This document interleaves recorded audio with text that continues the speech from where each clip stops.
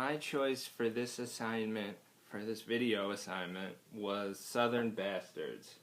The creative team is Jason Aaron and Jason Latour, and it was published by Image Comics, clocking in at a little over 110 pages. Imagine Friday Night Lights and Walking Tall had a very weird, angry baby, and it would be this comic. So it's about Earl Tubb. Earl Tubb, his father, Bertrand Tubb, was the sheriff of the county they live in. In case you don't know, the tagline for the book, for this first volume, it's not a graphic novel. It's not a traditional graphic novel. It's part of an ongoing series. This first volume, though, has its own kind of contained story in a way. It's about, like I said, Earl Tubb. The tagline of the book is Earl Tubb is an angry old man with a very big stick. Earl Tubb comes back into his hometown years after leaving. His father was the sheriff, who was very much known as a do-gooder, a Boy Scout type of guy. He fought off these would-be assassins in his own home for a reason that's never properly explained. It's just shown, by the way, it's shown in a flashback, and this red color scheme is how they show flashbacks. It's a very interesting way. See here, you see Earl in Vietnam, which he leaves the first chance he can get to get out of his hometown. He goes to Nam. He'd rather fight in a war than be in his hometown and deal with his father, who he hates. He had a very antagonistic relationship with his father, because his father was the do-gooder type, the very strict Southern ethics type. Like I said, he fought off a group of. He was like Buford Puster, basically. He had this big stick, and he was the sheriff of the town, and he had a very strict set of ethics and a code, and he enforced the law with brutality. And then these assassins come in to try and kill him. It's a great flashback shown through Earl's perspective as a kid, watching as these guys try and kill him, but Earl's father fights them all off with this big stick. And his father, Bertrand, was buried with this stick. And so Earl comes home. He's there to unpack and move out of the family home because his uncle's been living there, but the uncle's in a retirement home now. So Earl comes back. He's there to move everything out. He's there to clear out his own hometown, his old home. He doesn't want to be there, you know. Like I said, he left the first chance he got.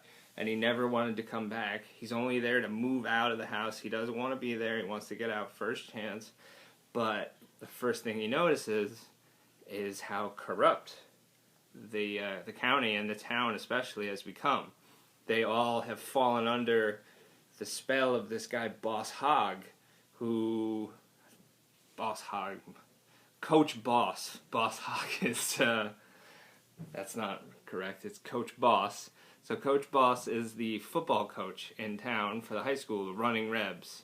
And that's in the South. If you've seen Friday Night Lights, high school football is sometimes the most important thing in the world. Everybody in town shows up on Friday nights to go watch the game. It's the thing to do. So everybody bows to this man because he's been winning state championship after state championship. And they let him run ragged. They let him do whatever he wants in the town. He's basically running it like a crime boss. And Earl comes back into town and sees this and is not happy about it. He doesn't understand how it went from a place where his father was sheriff to this new sheriff who kind of kowtows to Coach Boss. He does whatever the coach tells him to do. And so Earl, he notices that a tree has grown out of his father's grave, and it's really a great scene. He goes out to chop the tree down, and the tree gives him too much trouble. He's an old man by this point, so he can't do it. He turns around to walk away, and the tree gets struck by lightning, and all that's left standing is his father's stick somehow. It's like supposedly a sign that he takes it as.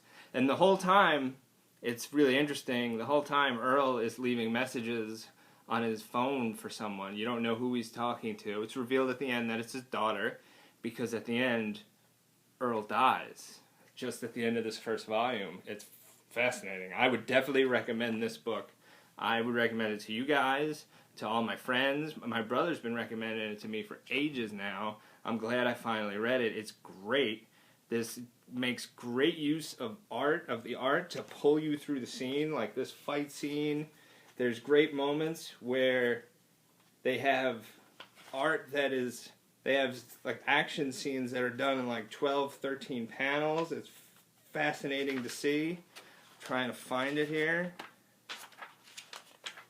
Look at that. How many panels? 12 panels a page. And that goes against what we were taught as the rules. Look at the great usage of the special effects. That goes against what we were taught in this class, but it's executed phenomenally. The creative team pulled off great usage of the art. Look at how this big two-page spread then takes you down through the story. The directional flow, like it tells you to analyze as part of this assignment, is phenomenal.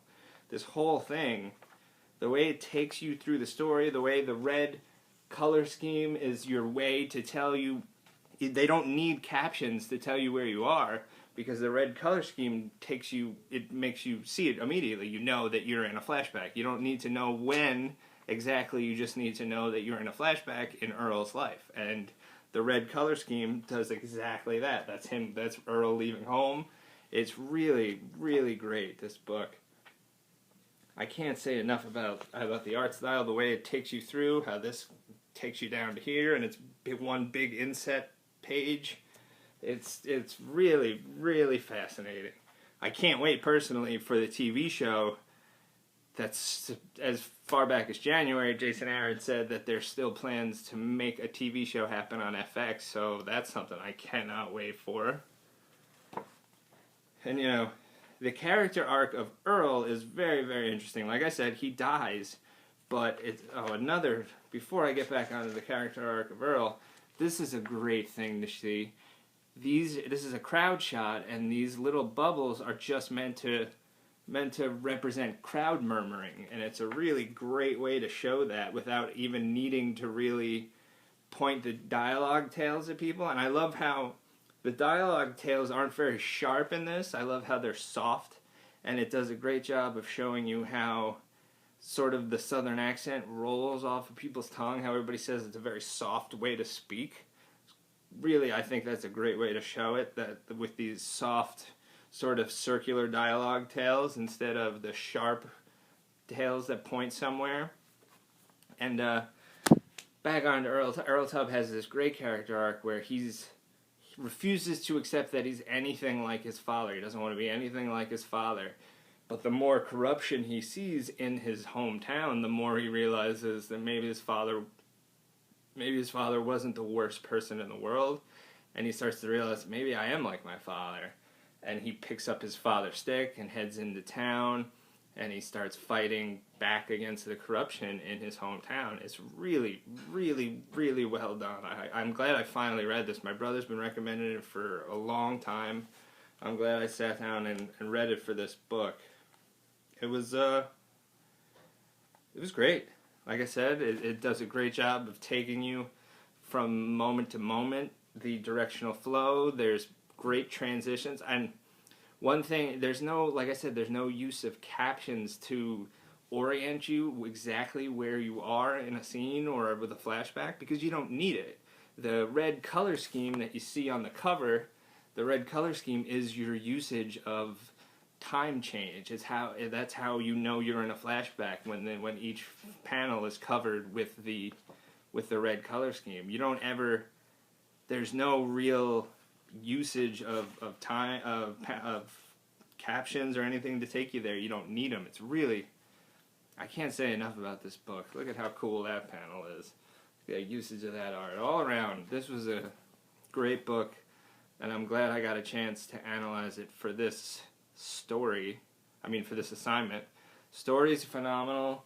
The usage of art is great. The sound effects, the way the directional flow of the story and the layout of the comic was perfectly perfect. Like, I can't say enough about this. I'm very glad I read this book, and I hope someone sees this and goes and reads it on their own too, or maybe the TV show will come out and that'll be your motivation to finally read it. Whatever the case, I hope you enjoy. Thank you for watching this 10-minute long video of me talking. I hope it wasn't too painful.